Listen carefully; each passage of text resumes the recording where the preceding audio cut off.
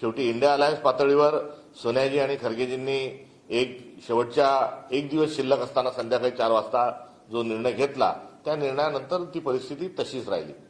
त्यावेळेस जर काँग्रेस गेली असती तर यावेळेस युबीटीने सरळ उद्योजकांनी जाणं किंवा त्यांचा जो प्रतिनिधी त्यांना पाठवायचा आहे तो रस्ता हा मोकळा झाला असता। मात्र त्यावेळेस 3 नंबरच्या पक्षाला हे प्रतिनिधित्व देण्याचा जो झालेला जो निर्णय आहे तो आम्ही आनंदाने त्यावेळेस स्वीकारला।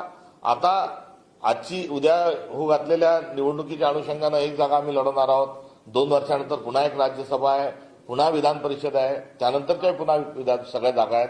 तर याची एकंदरीत चर्चा जी आहे ही चर्चा करून निर्णय झाला पाहिजे अशा प्रकारची काँग्रेसची असणारी भूमिका आहे आणि प्रस्ताव आहे आणि ही काँग्रेसची महाराष्ट्राची भूमिका आहे। आणि अशा प्रकारे इंडिया अलायन्स पातळीवरून आमच्या पक्षाच्या पातळीवरून देखील राष्ट्रीय स्तरावरून एकदा सर्व गोष्टी ठरवून घ्या अशा प्रकारची सूचना ही उभाटाला देखील करण्यात आलेली आहे।